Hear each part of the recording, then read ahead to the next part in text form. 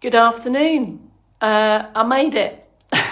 Change of backdrop again for me today. Your date stamp, folks, is Tuesday, the last day of November 2021. Just say that again, just to check that my own brain heard that. It's the last day of November. I think that makes it 30th of November, not 31.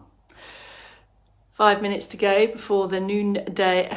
It's not even the noonday. Oh my goodness! It's been a bit of a long haul today. I've taken a steady drive down from Cumbria from my sisters, and have landed here back in Havant with Irma and Mum and Dad. Afternoon, Doris. Welcome. Come on in. And as you can see, look here. Oh, hang on a minute. Let me get. Mum's been busy making relish, I think. And we had a discussion about what's the difference between relish and chutney. If you have the answer to this question, Ian or Doris, do let me know. What is the difference between relish and chutney? We like to challenge your minds also here on Make Movement Your Mission. We should add an extra M. Make movement your mission and extra mindful thoughts. I don't know. That's rubbish. Let's not do that. Afternoon, Bolton. Come on in. All right, Ken, look at us. Vivian, you'll know. What's the difference between relish and chutney? Chutney, that's what happens to your mouth when you've been driving for 6 hours. What's the difference between chutney and relish? And then I suppose we could throw pickle into the mix as well. Don't know. Anyway, as you can see, Mum's been busy. Oh crikey, I can't get my camera angles. Mum's been busy making this. And I said, is it chutney? She said, no, it's relish. Mum, she's watching. Mum, I've asked the movement snack mates about relish and chutney.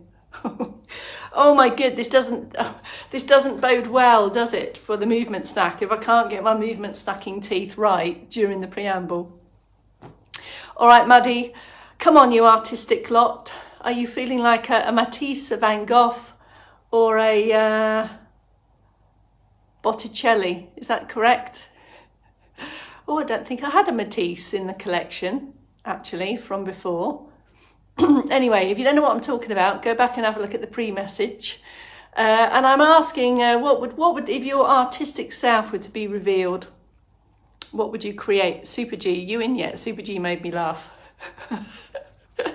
I'll go back and have a look at his comment. It's very funny. Joy, afternoon. Highland's in. Great to have you back, Joy. Good to see you. Hold the front page. Hot news after. Ian, have you got some hot news? Is that what you're saying? Have you got a hot headline? Yeah, I know. You've been on a roll, Super G. I've just been laughing at your comment, Super G, about the Klimt. Is it? No, it's not Klimt. Who painted the kiss, for goodness sake? I'm frightened because my mouth isn't working, so I'm frightened it's going to come out very wrong. All right, Sandra. All right, Carol Kent. Welcome back to Bedhampton, everyone. Yeah, oh, you're talking to me, Mum. I flew in the door, had a cup of tea, and we were catching up, we're kind of ish, and then I had to dash off to do this again. I will talk to you properly later, Mum, I promise. How are we doing? Maybe a minute to go. Are you feeling artistic, folks? We started this week's new 4 p.m. yesterday, and we've gone for a kind of painty. We're always very flowy here in the 4 p.m.s, but we also like to add a bit of imagination and extra brain work as well. So I have added an add-on. I just hope I can remember what it is. I hope my moving parts are working better than my verbal parts today. All right, Gillian with a G. Sue's in. All right, Sue. Miss P's in. All right, Miss P. Did I have some other news for you? Yes, tomorrow is the 1st of December. Just thought I'd tell you that. That might make you happy. I don't know. It's the 1st of December, which means it's month 12 of Active Calendar Extra Video Movement Snack. So tomorrow, I think I'm on the noon, and Dave at 1 o'clock is doing the end of month progress checks. I think that's the master plan. But for now, we're going to get on with the masterpiece. Carol Kent, yeah, we can have a masterpiece of painting by numbers. Yes, we could do that. Thanks, Pat, for your message as well. I'm glad we made it back to incredibly no terrible traffic. I had 2 bladder stops. That was okay. Couple of cups of coffee, and here I am, as if by magic, back in Havant. Shall we do it? I'm going to go 3. Paintbrushes at the ready. Get your oils and canvas and put your beret on, folks. We're going to get painting, albeit in our imaginations. So get ready for masterpieces, folks. 3, 2, 1. Good afternoon. Oh, hang on a minute. Super G, let me just answer that question. Bedhampton, it is Havant. There's about 2 miles between them. So we're in Havant town, Bedhampton village, I suppose, in Hampshire at 4 p.m. on the last day of November, ready for a circ boost. And then a bit of an add-on for this week's masterpiece. And the theme is brush strokes. Ready? Irma's sat about there not looking very impressed. And Ian, I'm confused. Did you say you had a headline for the end of the... Did I read that? Are you keeping us in suspense? Have you got something to tell us, I think? Soap boost to start. I hope you can see. Am I all in? Here we go. External support if you're in stand. Here's your 3rd soap boost of the day. Perhaps more if you've been crowbarring in extra additional moving minutes. Weight is even. Feel steady and stable. Feet hip width. That foot position to start is critical, artist fans. Lift and lengthen and just get going. Or you may prefer to start in seated. I'll be with your seated prompts in a second. Keep your eye on the ball with regards to what's happening with your centre uprightness. Helping with posture, helping with breathing. Something, oh, there's a mask in your pocket. Back to centre and then just kind of bringing in other moving parts if you would like. Bit of both if you would like. There you go. Keep it steady and start to feel those additional breaths coming, folks. So just keep it steady and stand. Here's your seated options if you prefer. Into active sit. Start the upper limb movements here. Remember, these are rhythmical and steady and comfortable. And once you continue with these types of activities, you're going to get a light lift in heart rate, and that is what we want. If you're up on your legs at any point in your day, have a hip walk forward. Crowbar them in as well, even if you have opted for seated options. If legs are in your day, if you're working towards standing activities or you're on your feet, involve them, that's me pointing to my feet, in the circ boost. Then go for the light lift, keep the knees low. We're not about high knees, we're not a knees up Mother Brown outfit here. This is all very steady. Oh no, I think I might have started something. And then bring in the other moving parts. Or you might want to keep it separate. Can you feel, even after 20-30 seconds or so of these rhythmical, steady, continuous movements, you'll get that light lift in the heart rate. That's what we want. Steady, comfortable, doable. Just a flurry of movement brings a flurry of extra activity in the heart and lungs. Light intensity, as we would say, not breathless or out of breath. And using these types of activities just frequently throughout the day I'm going to say, are not just beneficial, they are essential. We all need it, regardless of starting points to physical activity, regardless if you're doing structured exercise across your week. What are you doing for the other hours? What are you doing for all of the other hours? So looking to just break up any long periods of inactiveness. Okay, enjoy the breaths. Deeper breaths bring extra movement as well around the rib cage. Extra diaphragm activity, drawing that air in. Have I sold it to you? Have I sold that circ boost to you? Let's move on. Okay, paintbrushes and canvases at the ready. This is where we left off yesterday, folks. If you're in stand at your canvas, at your blank canvas, be steady across your feet. Slightly wider than hip width, I would suggest. Knees a little bit soft. Lift and lengthen. If you are seated at your canvas, perch into active sit. not into deactive slump. And we're going to start with a bit of a dangle in the paint pots there. So just have a little bit of fingertip in paint pots. You might want to give it a stir, add an extra swirl through the wrists. So get some a good splodge of paint onto your fingertips. Okay, first round, one arm takes 3 broad strokes. I say broad and big, slow and steady, as big as you would like. And then when we get to the bottom of the canvas, we're going to scrape the back of the fingertips across, and then in come the other 3 strokes on the other hand. All flowing from the wrist and the fingertips. Watch the change, folks. So this time, as I bring the fingertips across the base of the canvas, the other hand starts its journey again on those 3 tall brush strokes. Go bigger, sweeping up and down, and then on the horizontal stroke, the other hand comes in. I'm going to start to bring in a little bit more turns, a little bit more knee bend, as if your canvas is going around a bit of a corner, and then it comes back to base, and there's the 3 broad strokes. If you want to, you can add a bit of a rise and fall to get to the upper regions of your canvas, and around a bit. This is our last set of 3 brush strokes now. Can you see I've added that trunk turn? Okay, here's where I see if I can remember. Actually, no, let's take a pause at this stage and just brush stroke back to the beginning and say end of sequence there. Have a deactivate, have a slump, have a release, have a relax. How did that go? So it's essentially 3 broad brush strokes. And on the last one, we bring in that double movement with the arms. And remember, when one arm does something different to the other, that's a significant additional challenge for the brain. There might be some additional challenge therefore in the balance, so do have some external support close to hand, or have your hips on it this way to give yourself a bit of contact, or even front weights here. It could also work there. Here's the add-on, folks. So where did we get to? Let's pick it up at the final 3 brush strokes, just to pick up where we left off.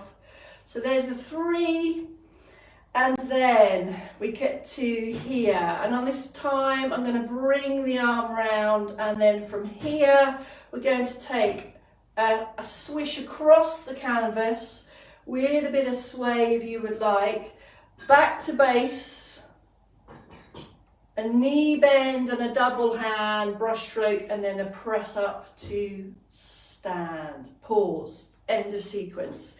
That's the add-on.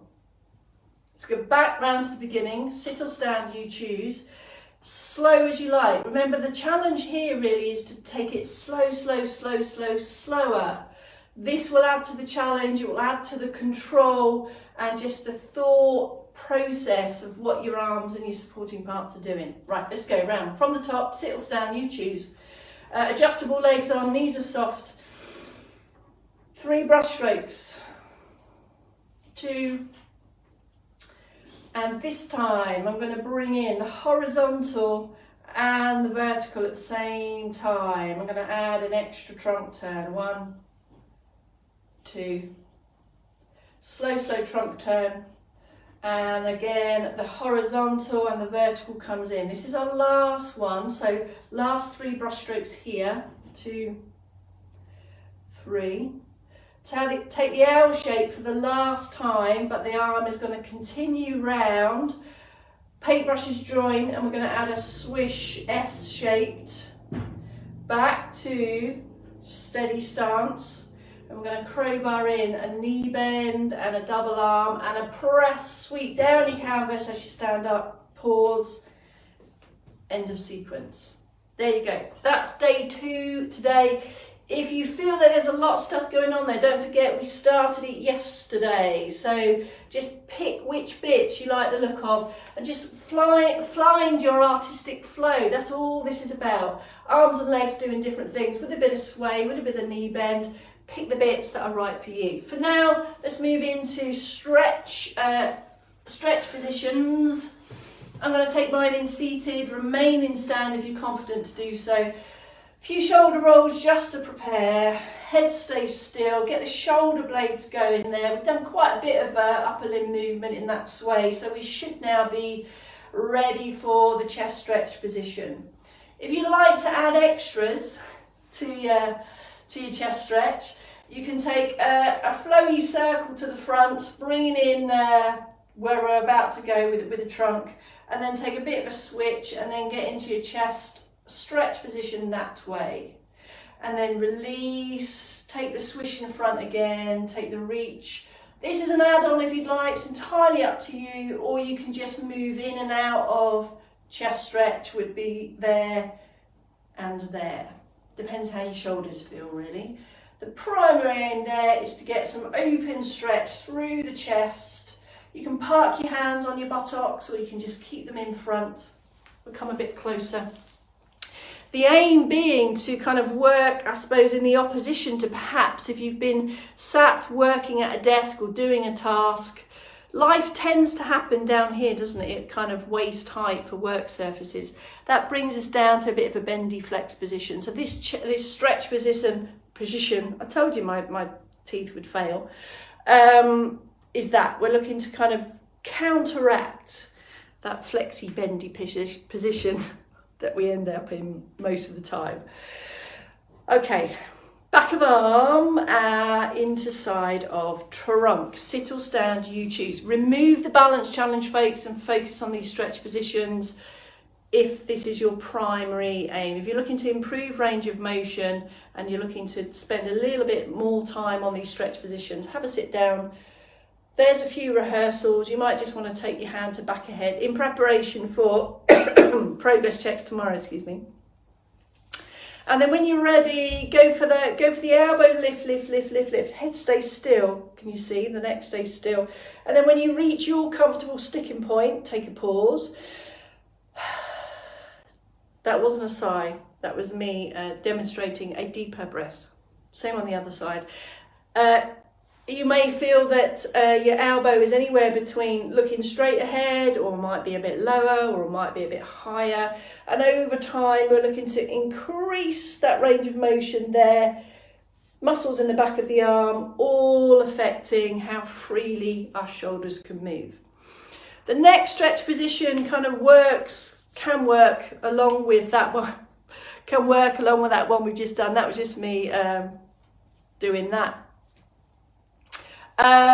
Into the side of the trunk. So this could either be a straight arm up into your armpit junction, into your trunk there, just for a pause and come back. Or you might want to just take the elbow and then take the side bend. So that side bend can be with or without the arm. There's the long arm version. Stretching down the side of the trunk just for a couple of seconds. Don't stay up there for ages. And here's the short arm version. It could be there. There's a double arm version as well. So you might want to go to here and then go for the lift and then slowly lower. Primary aim of all this is to improve our functional reach, how the shoulder and the trunk muscles work together to either reach forwards, reach to high places, to also applies to lying positions as well. And if you are in stand, take a widey stance, use the external support, and you might want to take it through a short arm, into a long arm, into a bend, and return. That can work in sit also. Arms of the chair perhaps, short arm, reach, bend, and return. If shoulders are not comfortable with any kind of that reach, even on an upright sit, take a supported arm position and just take a squeeze. So you're shifting up, it's like you're shifting your rib cage there. I call this Cossack Arms. That's going to give the same effect of stretching through the side of trunk. So the shoulders and the trunk work together so that arms can move freely for reach, carry, bend, all of those activities of daily life. So we need movement around the trunk as well. And so that you can get your itches in your armpits as well, of course. All right, ready for some leg ones. Back of thigh and back of lower limb, calf muscles. Active sit. Do continue, I mean, if you're still working on this comfortable hip shifty position, this tilt to the pelvis here, keep working on this. This is where you're really going to get your effective stretch positions here in the back of the thighs. And if we can keep your hips and your pelvis mobile, if we can keep these back of thigh muscles moving, this means your hip hinge is going to be much more effective for your lower reach. So as you creep your fingertips down, you're going to feel the stretch on the back here. Knees are unlocked, foot's fairly relaxed, slowly in and slowly back. And that range of motion that you kind of ease down into as you reach down towards shoes, socks, shoelaces, etc. is really individual to each of you. The key points are to be lifted and not rolled back towards your coccyx. So shift, take the time to feel, play around with that.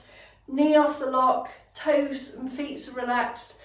Breathe, breathe, breathe, slowly down. And this arm can help kind of offer extra support, just confidence to ease your way down and feel that stretch. We want to feel that sensation of that sensational tension there. This is what we mean by stretch. And if we want to improve, bend, reach, grab, we need all of these moving parts to work together in harmony. And that means keeping it on the radar. So keeping these big ranges of motion going. Have you had cause to bend down to lower level today? If not, now's the time to do it. So keep these movements going. To be able to move, we need to keep moving. So that's your back of thighs. Let's go down to lower legs now, the calf muscles. So for these ones, generally always just keep the knee a little bit bent for comfort. It can feel quite uncomfortable, especially if you've got very long legs, to kind of force that knee into a straightened position. So just take control, just take it off the lock, foot's relaxed. And now we're going to squeeze and ease the toes back towards your shin. So can you see the moving part now is the foot, not my trunk. And as the toes come back, you're going to feel the stretch behind the lower leg. If you think when you walk uphill, you really feel it in the calf muscles, because as you walk uphill, they're on stretch. Due to the angle of the ankle, with the angle of the ankle going uphill, and that's what we're doing here. We're replicating that range of motion that we need for longer strides, going up hills, etc. And we always say to you, if you're confident on feet, you probably get a more effective calf stretch in stand. Have a look, have a look. Remove any balance challenge by having some support to assist. Controlled step back, ball of foot, lower the heel down. As the heel gets lower to the floor, the stretch will start to come on. Plus you've got an extra one here in the front of the hip. So you've got two stretches, front of the hip here, and then the calf stretch there. Have a check that though. Have a glance down that your feet are facing forwards. If this back foot has a tendency to go out to kind of 10 past 2-ish, you'll lose that feeling of stretch. So have an extra check. If it's not comfortable to lower that heel, you just withdraw, you come back in and make that stride shorter. The longer the stride, the greater the stretch sensation in both places there. I'm showing it sideways so you can see the side of you. You might feel more confident to use these solid supports here to kind of nudge up against, so that when you take the backward step here, you've got loads of support to help and aid with that. Here, if you're confident, you can then add in other stretch positions. You could kind of double up on upper and lower body. Don't forget to do both sides, and you might feel that one side is more stretchier than the other. That's quite usual also. We're all a bit lopsided to some extent. If you want to finish with some back tugs, there you go, that's your upper back stretch. You might want to finish with some downward downward press there to the top of the shoulders, and your forearm stretches if you've been busy gripping and grappling with things. And of course, extra shirt offs always feel good, I think. Right. Fellow artists, how's your canvas looking? How's your masterpiece looking? All right, Helen, good to have you in. Idris, I think that's a new name on my screen. Good to see you. Thanks for your comments, folks. That's the 4 p.m. done. That's me gone. I'll see you tomorrow. I'm on the noon and the 4 p.m. tomorrow. And don't forget, Dave will be with you for end of month progress checks at 1 o'clock. And Dan, the next movement snacking face you'll see is Cleverton, Kelsey Cleverton, tomorrow morning at 8 a.m. That's it. Work in progress. Is it? Is that your canvas, Kels? All right, that's it. Tomorrow is the 1st of December. Oh my goodness. No Christmas decks here yet, by the way. C word. I don't even start to think about the C word till at least the 24th. All right, bye for now. See you tomorrow.